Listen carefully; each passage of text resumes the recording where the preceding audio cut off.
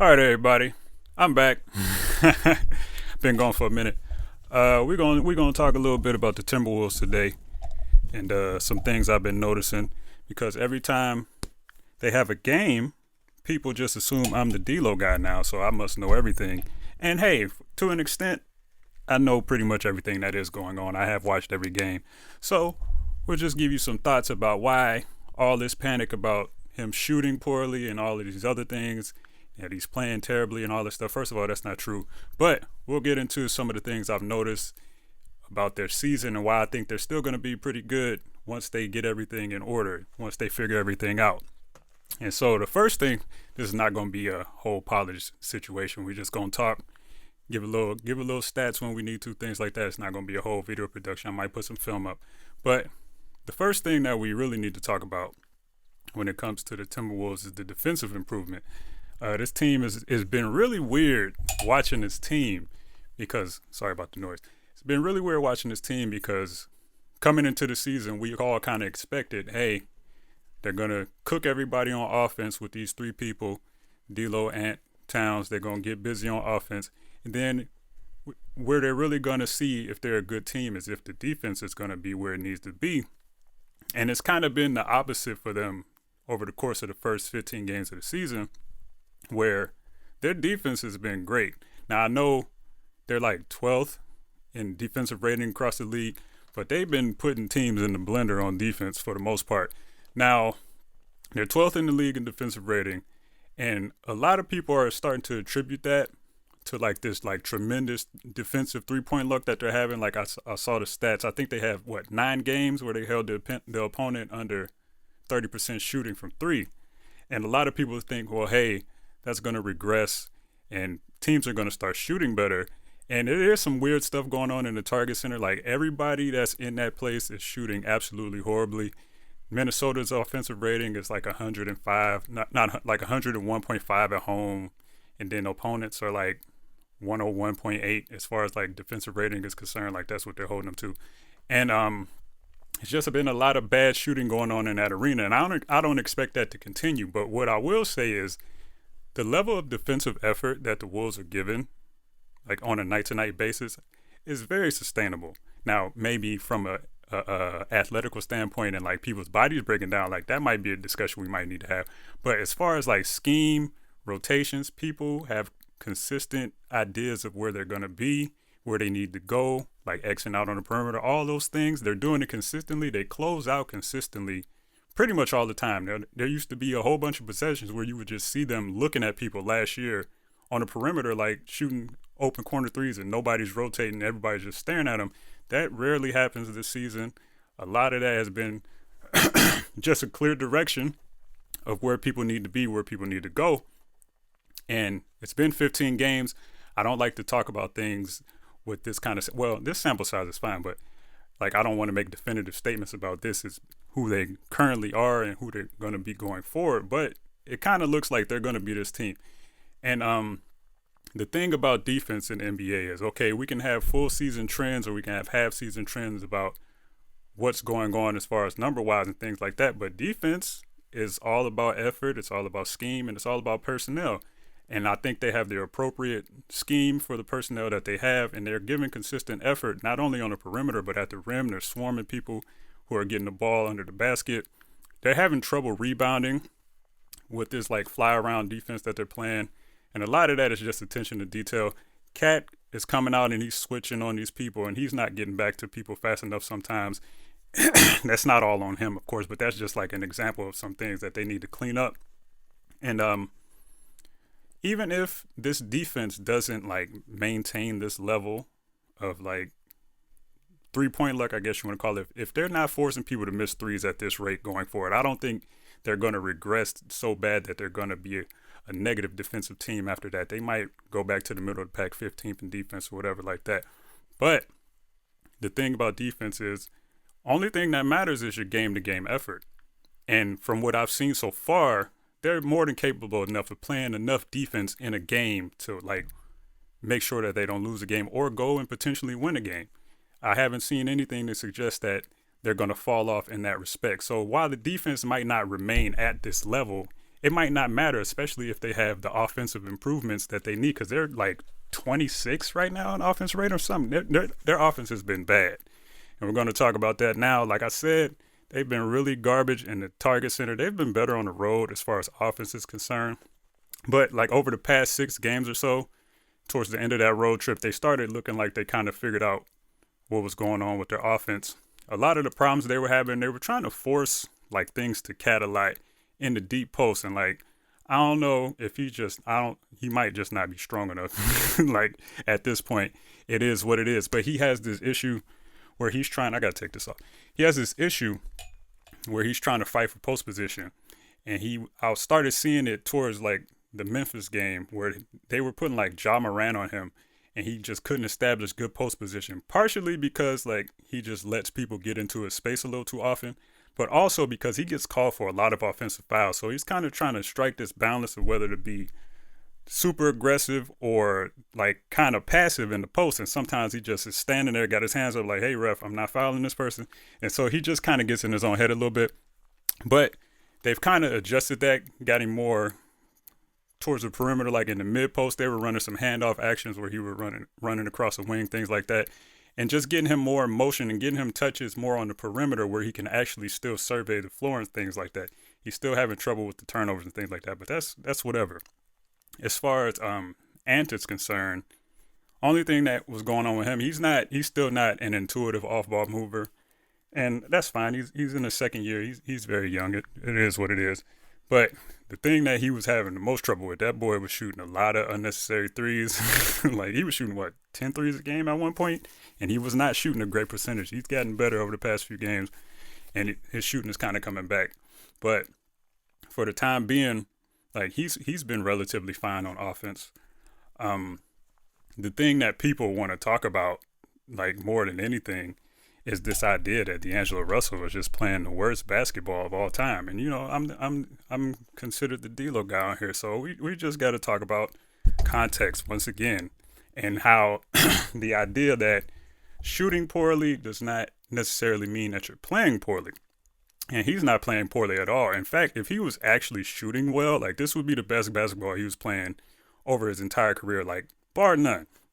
And like we can just go to the numbers. Like people like to use the numbers when he was on the poor teams and like saying, oh, this guy's net rating is terrible. It's plus minus. It's awful. But now that we are in this situation where it's a more relatively stable situation for him, he's playing well, but people don't want to like talk about these numbers, but we can talk about them. So let's get into these numbers for a second. The area in which he's struggling that's actually causing him a lot of these problems, which is very fixable, is his spot up shooting hasn't been that great.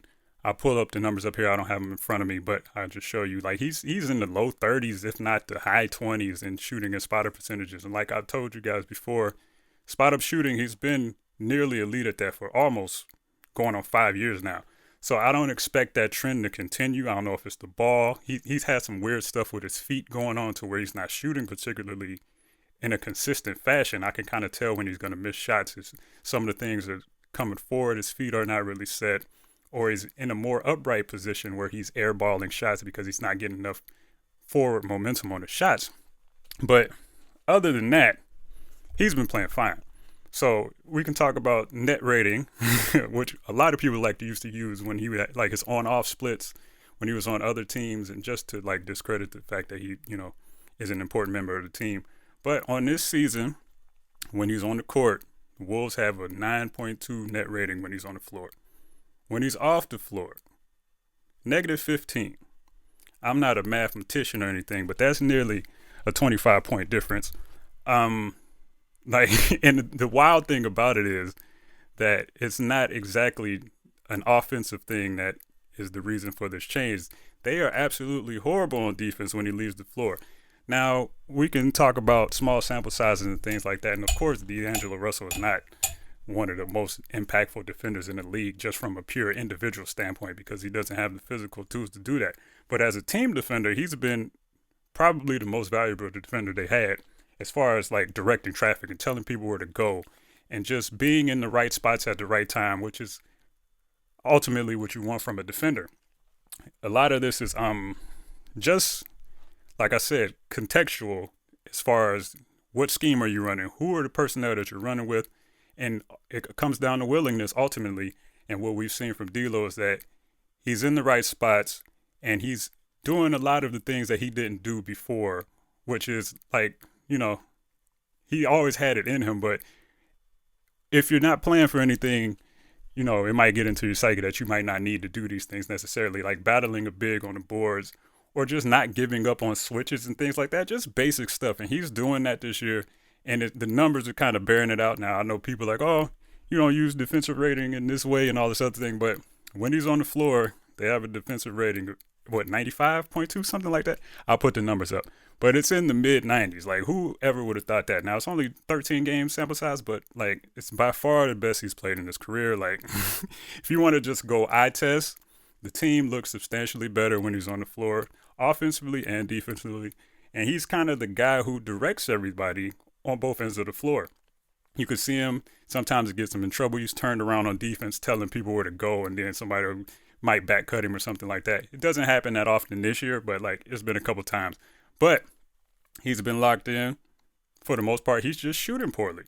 All of his on-off numbers, all of any lineup you want to put him in, any 2-man, 3-man combination. I think the starting lineup that they just ran out there with Pat Beverly, D'Lo, Anthony Edwards, Vando be hooping, and KarlAnthony Towns. Like, I think it's like one of the top 5 lineups in the NBA or something. It's only like a 60-minute sample size, but like any of the lineups that he's in with 100+ minutes, most of them lineups are cooking. Like, it's not just like, oh, they're +2. Like, nah, they +15, and like just getting it done.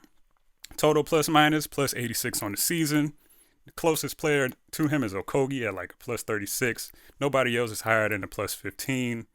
And there's this thing where people are trying to discredit that, where it's like, hey, guys, he didn't play in the 2 Clippers games. Like, if he did play in the 2 Clippers games, say he was a -20 in both of those games, he's still a +46 on the season, which is nearly 30 points better than everybody not named Josh Okogie. Like, he's playing well. He's shooting terribly. But as a basketball player, from an overall basketball perspective, he's playing the best he's played in his career on both sides of the ball in terms of actual impact on the floor. Now, once he starts shooting better, the hours might be scary. I don't know. You know what I'm saying? We can let y'all get the takes off for now. That's fine.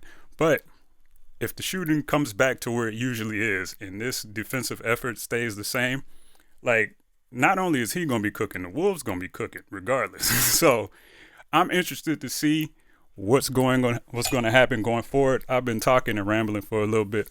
I'm not trying to make this too long, but my overall outlook on this team, I think they're going to be competitive. I think they can make the playoffs. The only problem that I'm seeing with this roster in particular is they're not big enough, and that, they're skilled enough to where it might not matter.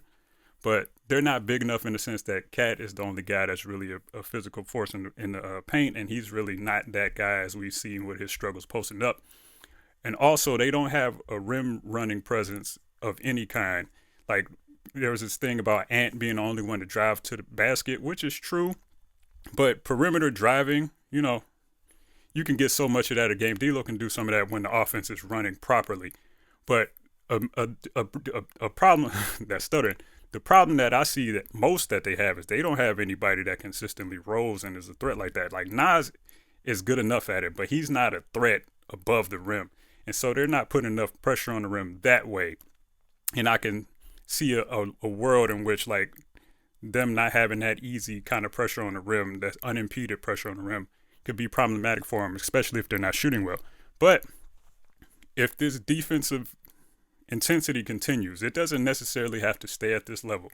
But if they just compete at the level that they're competing at, I think they'll be fine. Everybody's shooting regress. I don't know what's going on in the Target Center. I don't know if somebody put a curse on it, KG. I don't know if you hire some people to do some things. Whatever's going on in that stadium, arena, sorry. I always say stadium. I don't know. Maybe they're sabotaging it because they're trying to get to Seattle. I don't know what's happening. But if they figure out the shooting wolves there, hopefully the other team don't find out the secrets as well. They continue to break. But if all goes back to regular offensive quotas, what we've seen thus far, like the past 20 games of the last season, and what we thought we were going to see, even a half of that, even if they're just a middle of the road offensive team, if the defense remains where it is, then they'll be fine. Like I said, I think they're going to make the playoffs this year. I still believe that. And that's pretty much all I got. TLDR, the Wolves are okay. D'Angelo Russell is playing just fine besides the fact that he's shooting god-awful at home. He's hooping on the road. But, we'll get into more of that later if you want to with an analysis. But they'll be fine. You guys have a nice day. We'll hopefully have some more polished thoughts next time. I've been sitting here without this neck pillow on. I'm about to be cooked. But I'll see y'all later.